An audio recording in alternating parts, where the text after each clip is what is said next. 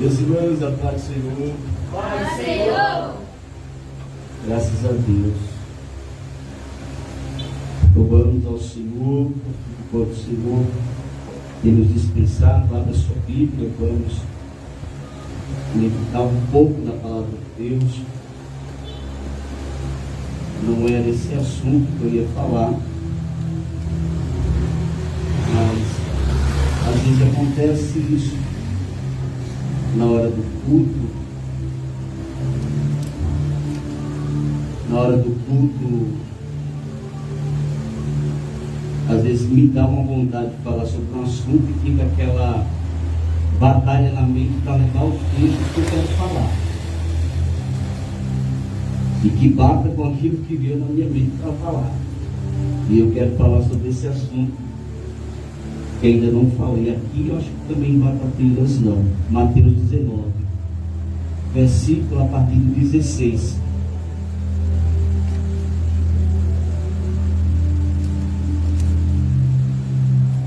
Mateus 19, versículo a partir do 16. E eis que, aproximando-se dele um jovem, disse-lhe: Bom mestre, que bem farei para conseguir a vida eterna? E ele disse-lhe: Por que me chamas bom? Não há bom senão um só, que é Deus. Se queres, porém, entrar na vida, guarda os mandamentos. Disse-lhe ele: Quais? E Jesus disse: Não matarás, não cometerás adultério, não furtarás, não dirás falso testemunho, honra teu pai e a tua mãe, e amarás o teu próximo como a ti mesmo. Disse-lhe o jovem: Tudo isso tenho guardado desde a minha mocidade. Que me falta ainda? Disse-lhe Jesus: Se queres ser perfeito, vai, vende tudo o que tens, dá aos pobres, e terás um tesouro no céu. E vem e segue. Meus irmãos, esse texto que Jesus ele deixa escrito para cada um de nós, por intermédio do evangelista Mateus, vai falar a respeito de um jovem que o texto na sua epígrafe. O que é epígrafe? Epígrafe é aquilo que é citado como um tema central daquilo que vai ser afirmado, relatado, escrito. O que é epígrafe? Epígrafe não é Bíblia. Epígrafe é um título dado pelos tradutores da Bíblia. E o texto vai falar sobre esse jovem. E a primeira observação a ser feita é que esse jovem, ele era rico. E por ser rico, naqueles tempos bíblicos, existe uma certa dificuldade das pessoas quererem seguir Jesus. E nos dias atuais que nós estamos vivendo, também não é tão diferente. Eu já tive o desprazer de evangelizar pessoas, e essas pessoas de alto patamar na sociedade, até de uma forma ignorante, até olhar para mim e dizer: o meu Deus é o meu dinheiro. Por isso que em certa narrativa bíblica, Jesus vai citar uma expressão dizendo que é mais fácil um camelo entrar pelo fundo de uma agulha do que um rico entrar no reino dos céus. Só que essa agulha não é a agulha que uma mulher costura. Essa agulha naqueles tempos bíblicos era uma porta estreita e muito estreita, que seria impossível verdadeiramente um camelo entrar por ela. Então naqueles tempos existia essa dificuldade. E Jesus agora vai deparar com um jovem que ele era rico. E esse jovem, ele se aproxima, porque o texto diz no versículo 16, e eis que aproximando-se dele um jovem, disse-lhe: bom mestre, que farei para conseguir a vida eterna? Uma observação a ser feita nesse versículo 16, a primeira é: ele sente o desejo da salvação. É muito parecido com o que está escrito lá em Lucas capítulo 19, quando a Bíblia vai expressar ali a respeito de Zaqueu, que era publicano, que era alguém de alta patamar e que também sentiu o desejo de conhecer a Jesus. Mas não é o caso no texto, mas tem um parentesco pela condição financeira, ambos os dois tinham. E esse jovem, ele sente o desejo da salvação. E quando ele se aproxima, ele já vai com a expressão que não caiu bem ao ouvido de Jesus. Ele vai dizer: bom mestre, que bem farei para conseguir a vida eterna? Jesus vai corrigir a fala dele e vai dizer que bom só há um, que é Deus. Aí o versículo 17 diz: e ele disse-lhes: por que me chamas bom? Não há bom senão um só, que é Deus. Se queres, porém, entrar na vida, guarda os mandamentos. Quando Jesus cita essa expressão para ele, guarda os mandamentos, para ele foi comum. Para ele foi uma fala natural. Porque isso ele vai afirmar categoricamente que faz isso desde a sua mocidade, ou melhor, não que ele fosse alguém velho, mas a Bíblia fala que ele era um jovem, porém, desde a sua infância, ele já tinha essa observação, porque os seus pais lhe ensinavam a importância de guardar os mandamentos.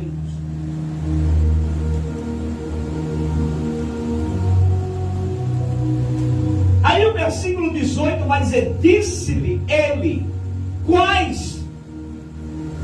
Quando ele faz essa pergunta, quais, ele entendia que Jesus, ele veio trazer outras coisas diferentes.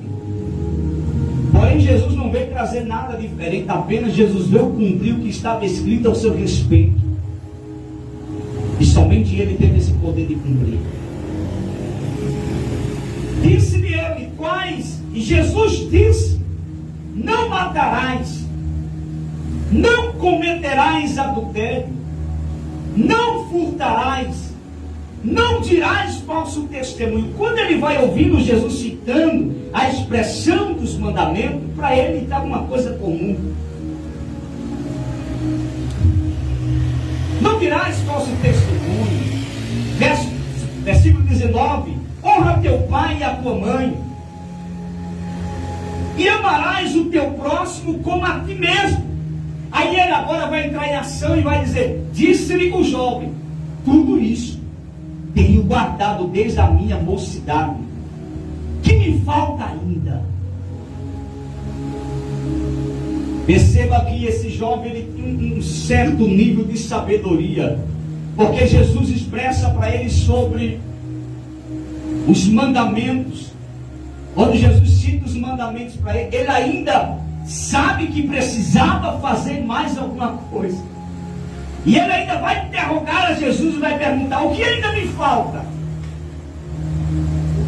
Porque a gente sabemos, irmãos, que mesmo a gente servindo a Deus, sempre vai ter alguma coisa que a gente vai estar em falta.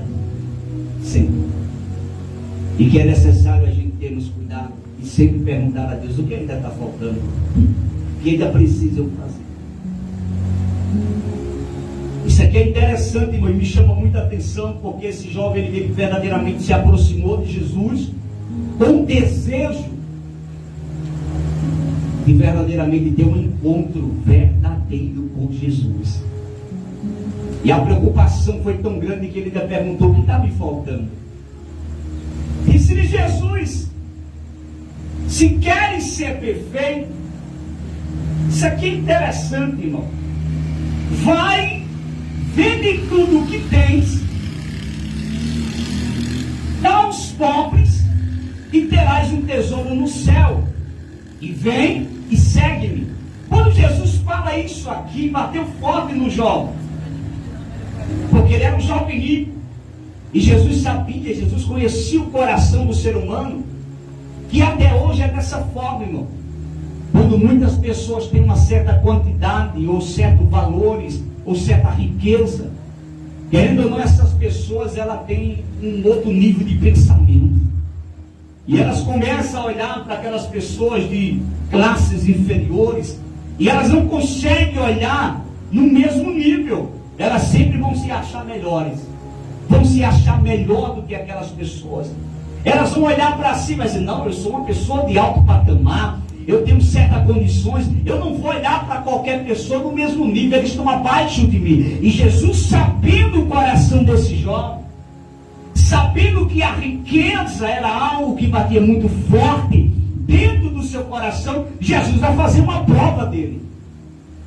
E a prova que Jesus vai fazer para com esse jovem é essa.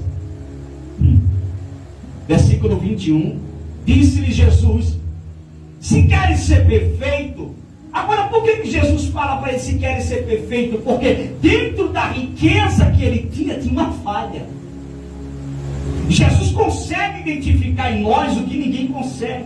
Jesus consegue ver em nós aquilo que nós não conseguimos ver. E Jesus viu nesse jovem que era necessário ele fazer isto, porque existia uma falha que vinha por intermédio da riqueza que ele tinha. Então Jesus fala: se queres ser perfeito, vai, vende tudo o que tens, dá aos pobres e terás um tesouro no céu, e vem e segue-me. Porque Jesus sabia que se ele tivesse preso na riqueza, seria impossível ele ter esse tesouro no céu, e seria impossível também ele seguir a Jesus, porque seguir a Jesus é renúncia.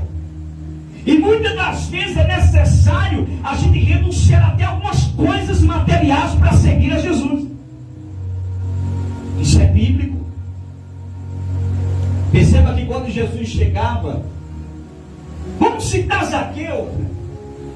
Zaqueu era alguém que tinha dinheiro, que tinha riqueza, mas quando ele tem um encontro com Jesus, ele vai dizer assim: se alguma coisa eu tenho defraudado alguém, que eu possa o restituir quadruplicada vez mais, ou dar o dobro daquilo que tirei ilicitamente das pessoas ou cobrei. Ele precisou fazer esse tipo de renúncia. Jesus chega para os discípulos, em certo momento ele estava na pescaria, e a coisa mais importante para um pescador na época era a sua rede e o seu barco. Rede e barco. E de repente, quando Jesus se aproxima e diz assim: segue-me, a Bíblia diz que ele deixa barco e deixa rede e segue Jesus. Porque seguir a Jesus, em alguns momentos, Jesus vai exigir de nós aquilo que é mais precioso para nós. Em algumas narrativas bíblicas, Jesus vai mandar que deixe pai, que deixe mãe, que deixe parente, que deixe que os mortos sepultem seus mortos. Porque certa vez, não deixe que eu vá primeiro sepultar os meus pais e a mãe. Deixe que os mortos sepultem seus mortos. Segue-me. É necessário para nós obtermos uma intimidade com Deus. É preciso, às vezes, irmão, nós fazermos renúncias. E seguir a Cristo vai exigir renúncia. Se é para servir a Cristo, a gente vai ter que renunciar ao pecado. Se tem algo que nos prende, nós temos que renunciar aquilo ali e dizer: eu prefiro Jesus da minha vida, que nada me prenda de ter uma intimidade íntima com Deus. Se há algo que me ausenta de Deus, se tem algo que me tira da presença de Deus, se tem algo que me incomoda, eu tenho que tirar de mim. Porque isso é renúncia. E nós precisamos a cada dia termos cuidado. O que está nos prendendo de ter uma intimidade com Deus é o celular? Renuncie. Se a tecnologia está tirando de nós o tempo com Deus, a intimidade com Deus, é preciso fazer também uma renúncia. Falar em celular hoje, numa época dessa, é a mesma coisa que dá uma pisa nas pessoas. Porque o celular hoje na vida do ser humano é como que fosse um membro do seu corpo. A primeira coisa que a pessoa faz quando acorda é olhar as mensagens. Não tem mais um joelho no chão e agradecer a Deus pela noite que passou. Senhor, eu estou na frente do meu dia, logo a mensagem. A prioridade agora é isso. E você percebe que a tecnologia, ela tem o seu lado positivo, mas tem a negativa também. Porque se a gente passasse a quantidade de horas que a gente passa com uma parede, sei lá, lendo a Bíblia, a nossa vida era outra. A gente passa, pode ter certeza, 24 horas conectado em um celular, mas a gente cansa 30 minutos de leitura de Bíblia. Dá uma agonia. E às vezes nós precisamos fazer esses tipos de renúncia também, para ter uma intimidade íntima com Deus.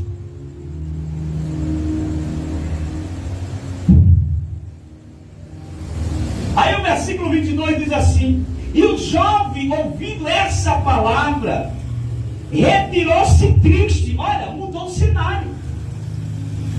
Porque quando Deus começa a nos exigir alguma coisa, ou melhor, a minha linguagem é matuta mesmo, mas quando Deus começa a exigir de nós alguma coisa, e quando se fala de renúncia, diabo, logo vai bater tristeza.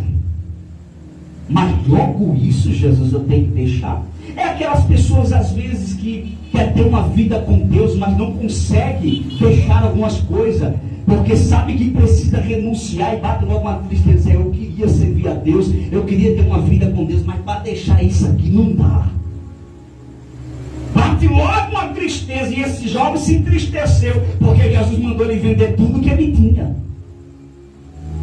E o jovem, ouvindo essa palavra, retirou-se triste. Porque não pense que em um período de culto, as palavras às vezes que saem no altar, não vai ser somente palavra para você sair dando glória, aleluia, pulando pela cabeça, não. Vai ter um momento que você vai estar no culto, e é bíblico, a palavra vai sair, vai te entristecer. Porque Jesus, quando fala com esse jovem, ele não sai feliz, não. Ele não sai alegre dando glória a Deus, não. Ele sai triste. E qual é a palavra que muitas das vezes nos entristece? É quando confronta o nosso caráter. Quando é necessário Deus nos corrigir em alguma área, às vezes as pessoas não entendem e ficam tristes. E oxalá se as pessoas entendessem que a correção de Deus é por bem. Mas às vezes sai triste, e tem aqueles ainda que saem já determinados a sair da igreja. Ali não dá mais para mim, aquela palavra ali me feriu. Aquela palavra ali me doeu. O pregador falou aquilo ali, o irmão deu uma palavra ali que eu não gostei daquela palavra, não. É palavra de Deus. E quem diz que palavra de Deus é para você gostar?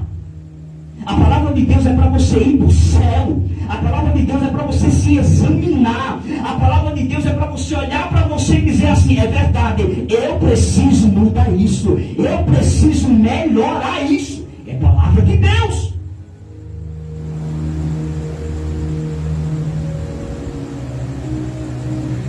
E o jovem, ouvindo essa palavra, se retirou-se triste, porque possuía muitas propriedades. Ele tinha muita riqueza. Mas antes de nós irmos para o versículo 23, eu quero voltar um pouco aqui para falar sobre o versículo 19. Quando fala de honrar teu pai e a tua mãe. Porque, meus irmãos, há uma importância tão grande no honrar pai e mãe que não é brincadeira na Bíblia. Existe uma promessa grande para aqueles que honram pai e honram mãe. A primeira promessa é que os dias da pessoa é prolongado.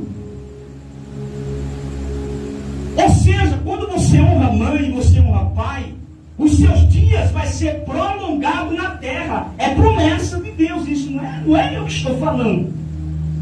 E a outra promessa é para que tu vá bens. Às vezes muitas coisas são erradas na vida das pessoas porque são desobedientes a mãe e pai. E quando um filho é desobediente a mãe e pai, primeiro, ele não vive muito. Segundo, as coisas não vão bem para ele. As coisas vivem. Você sabia que tem gente hoje, irmão, que às vezes vive uma vida enrolada, complicada, as coisas dão tudo errado porque não são obedientes a pai e mãe. Mesmo às vezes não estando mais dentro da casa da mãe e do pai. Mas por não ter obediência, que é um mandamento com promessa, acaba se enrolando em muita coisa na vida. E às vezes fica, meu Deus, eu estou fazendo certo isso, estou fazendo certo isso, estou fazendo certo aquilo. Por que não está certo nada, está dando tudo errado? Será que você está honrando o seu pai e a sua mãe? Porque a promessa é que o teu dia seja prolongado e para que te vá bem. É tão importante essa promessa de honrar pai e mãe, que a Bíblia vai escrever, vai narrar, melhor falando, em alguns textos. Não só em Mateus 19, mas se você ler lá, abra a Bíblia aí, alguém leia, por favor, Êxodo 20, 12. Êxodo 20, 12. É tão importante esse mandamento de honrar pai e de honrar mãe, que é citado por algumas vezes na Bíblia. Êxodo 20, 12, vamos lá? Honra teu pai e a tua mãe, para que se prolongue os teus dias na terra, que o Senhor teu Deus te dá. Agora, vá lá para Deuteronômio, capítulo 5, versículo 16. Perceba que agora já vai ser o terceiro texto. E olha que eu não estou nem usando os sinóticos. Só estou usando um dos sinóticos, que é Mateus. Deuteronômio 6,16. Honra teu pai e a tua mãe, como o Senhor teu Deus te ordenou, para que se prolongue os teus dias e para que tu vá bem na terra que te dá o Senhor. Olha só, para que prolongue os teus dias na terra e para que te vá. Agora vá para Efésios 6 e 2.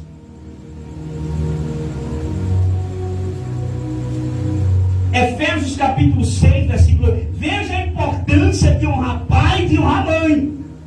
Filho que não honra pai e mãe não dura muito tempo. 6 e 2. Honra teu pai e a tua mãe, que é o primeiro mandamento, com promessa. Olha aí, com promessa. Por que promessa? Porque é para tu viver mais e para que tu vá bem. Então é importante nós termos cuidado desses detalhes, irmãos, da Bíblia. Honrar pai e honrar mãe. Agora vamos dar continuidade aqui, eu precisava citar isso.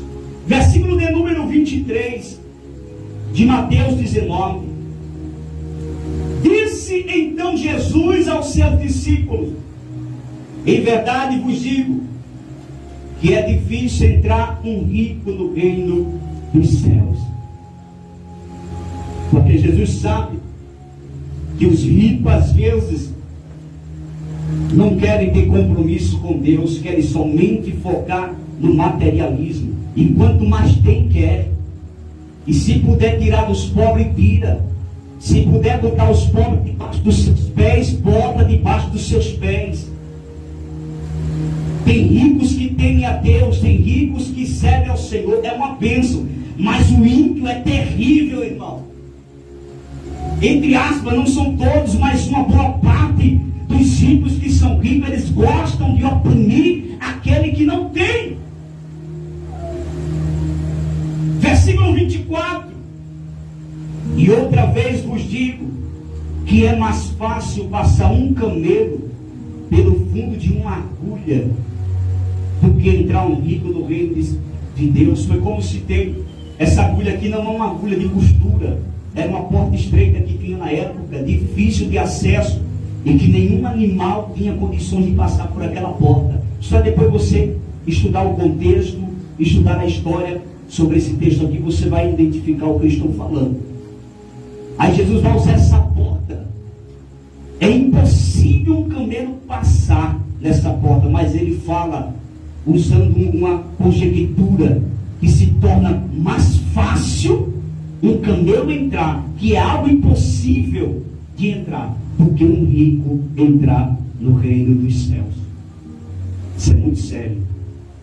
Versículo de número 25. Os seus discípulos, ouvindo isso, admiraram-se muito, dizendo: quem poderá, pois, salvar-se? Veio agora uma interrogação na mente dos discípulos: quem agora vai poder, pois, salvar-se? Aí o versículo de número 26. E Jesus, olhando para eles, disse-lhes, aos homens: é isso impossível? Mas a Deus tudo é possível. Jesus agora mostra para os discípulos: se eu citei essa conjectura, esse exemplo de um rico para a porta dos camelos, ou melhor, para a porta estreita onde não se passa um camelo, se vocês já acharam isso difícil, impossível, na conjectura de um rico se converter, aí ele agora vai citar uma esperança. Mas a Deus não há nada impossível. Não tem ninguém que o Senhor não salve quando quer ser salvo, irmão. Não tem vida que Jesus não mude quando essa pessoa quer a mudança na sua vida. Não tem ninguém que não possa ter uma vida diferenciada com Deus, se verdadeiramente quiser essa vida diferente com Deus. Porque para Deus, Lucas 1,37, porque para Deus nada é impossível. Se para você algumas coisas, você que me ouve, possa ser impossível, saiba que para Deus nada é impossível. Aquilo que aos seus olhos parece ser possível, não tem jeito. Os meus dias vão terminar desse jeito, a minha vida vai terminar desse jeito. Parece que eu nasci para dar errado, parece que a minha vida é uma destruição. Não é. Apenas foram escolhas que você fez que te trouxe isso. Porém, existe uma escolha que pode mudar a sua vida, e essa escolha é Jesus Cristo. O versículo de número 27.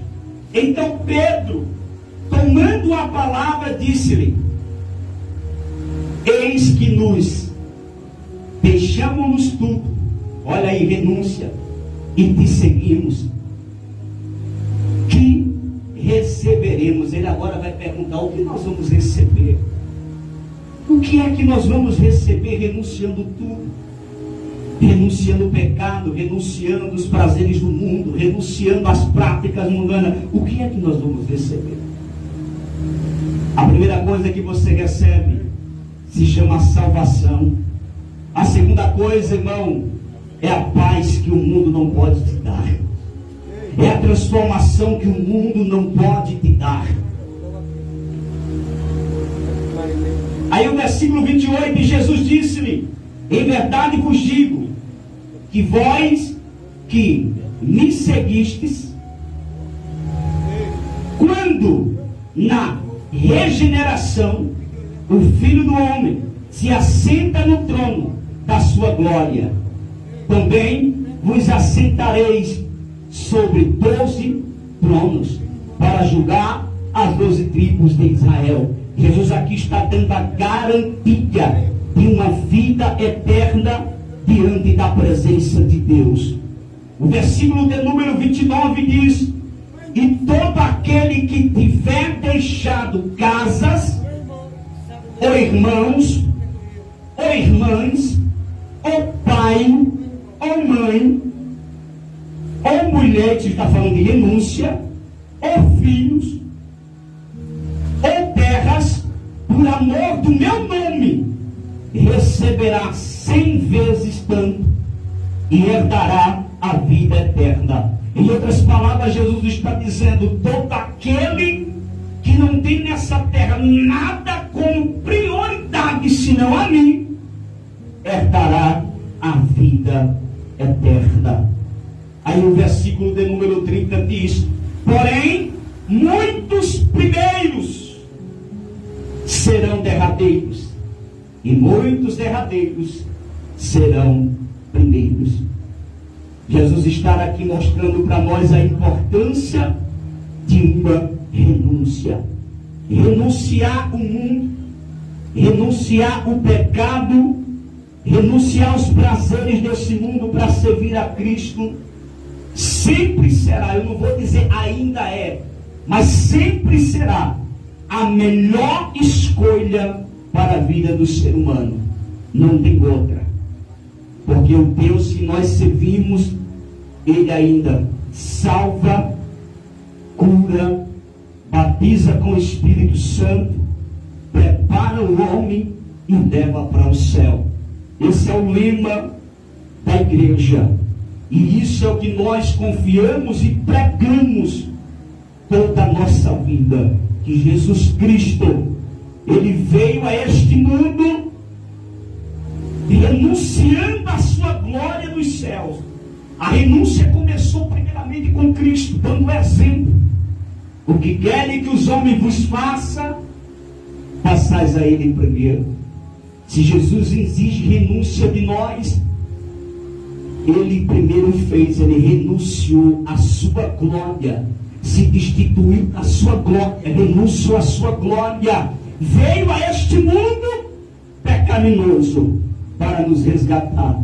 É por isso que Ele fala com prioridade, que para nós adentrarmos o céu de glória, nós precisamos renunciar este mundo.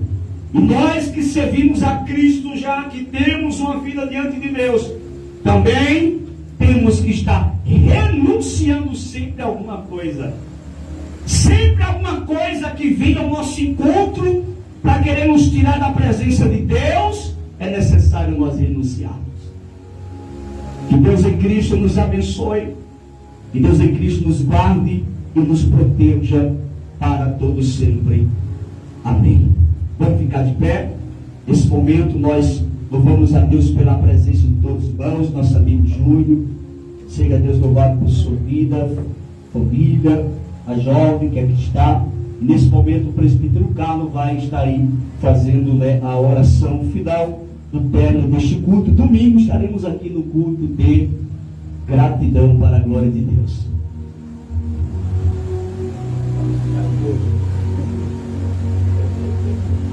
Senhor, oremos, querido Deus, eterno Pai. Senhor, nesta noite, obrigado, meu Deus, por esta palavra. Deus, que ela possa ficar plantada, Senhor, em cada coração. Tudo para a glória do Teu nome. Leva-os em paz, livra do mal, acampa os Teus anjos para proteger e guardar em nome de Jesus. Amém. Que a graça do nosso Senhor e Salvador Jesus Cristo, o amor de Deus, a comunhão e a consolação do Espírito Santo seja com cada um de nós, hoje e sempre. A igreja diz amém. Deus abençoe, está encerrado. Cumprimente seus irmãos com a paz do Senhor.